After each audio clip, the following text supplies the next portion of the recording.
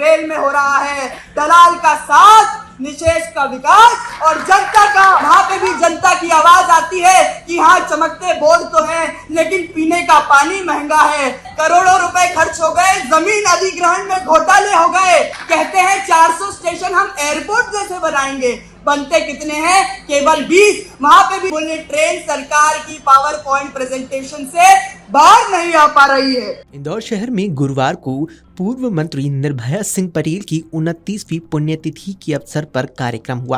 कार्यक्रम में मंच पर मुख्यमंत्री मोहन यादव, विधानसभा स्पीकर नरेंद्र सिंह तोमर और भारतीय जनता पार्टी के कई नेता मौजूद रहे।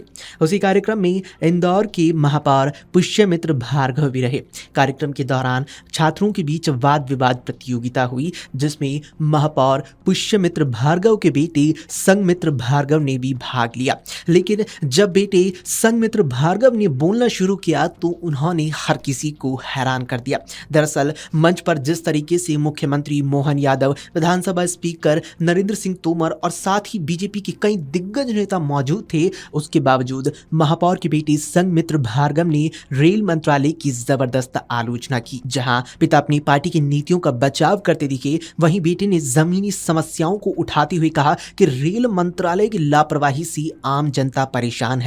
उनके इस बयान से सभा का माहौल हल्का फुल्का और दिलचस्प बन गया। राजनीतिक गलियारों में अब इस घटना की खूब चर्चा है। बेटे और पिता की ये जुगलबंदी आम जनता और नेताओं के लिए आकर्षण का केंद्र बन गई। साथ ही महापौर के बेटे की ये वीडियो अब इंटरनेट पर तेजी से वायरल हो रही है। बेटे ने क्या कुछ कहा, जरा सुनिए।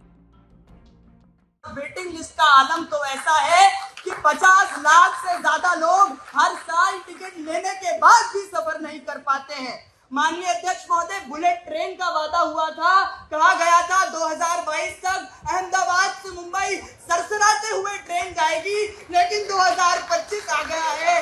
बुलेट ट्रेन तो नहीं, लेकिन वादा खिलाफी की रफ्तार जरूर दौड़ रही है। महोदय, करोड़ों रुपए खर्च हो गए, जमीन अधिग्रहण में घोटाले हो गए, लेकिन बुलेट ट्रेन सरकार की पावर पॉइंट प्रेजेंटेशन से बाहर नहीं आ पा रही है। महोदय, सरकार कहती है कि कवच तकनीक सिस्टम से रेल हादसे खत्म हो जाएंगे, लेकिन आपको बात बता दूं कि 10 साल में पिछले 10 साल में 20,000 लोगों ने रेल हादसों में अपनी जान गंवाई है। क्योंकि महोदय, जब रेल के डिब्बे टूटते हैं, रेल पटरी से फिसलती है, तब सिर्फ उस रेल के डब्बे नहीं टूटते, एक माँ की गोद सूनी हो जाती है, किसी बच्चे का भविष्य अंधकार में चला जाता है और एक बूढ़े पिता की आंखों से उसकी आखिरी उम्मीद छिन जाती है। महोदय, स्टेशन रीडेवलपमेंट की बात होती है, कहते हैं 400 स्टेशन हम एयरपोर्ट जैसे बनाएंगे, बनते कितने हैं? केवल 20। वहां पे भी जनता की आवाज आती है कि हाँ चमकते बोर्ड तो हैं लेकिन पीने का पानी महंगा है। और भीड़ की भीड़ वही है। लेकिन आज मैं आप सभी को कुछ तथ्य प्रस्तुत करना चाहता हूं कि सीएजी की रिपोर्ट 2022 हमें यह बताती है कि 1.25 लाख करोड़ रुपए जो जनता का पैसा स्टेशन बनाने के लिए स्वीकृत किया गया था, उसकी आज भी 80% परियोजनाएं बाकी हैं। उसके बाद जो 78% सुरक्षा पर पैसा खर्च करना था, उसे डाइवर्ट कर दिया गया। और इकोनॉमिक टाइम्स की 2020 हमें यह रिपोर्ट बताती है कि 300 करोड़ रुपए की कैटरिंग का निवेश एक ही कंपनी को दे दिया। तो मैं आपको ये बताना चाहता हूं, सरकार कहती है सबका साथ होगा, सबका विकास होगा, लेकिन रेल में हो रहा है दलाल का साथ, निशेष का विकास और जनता का विनाश।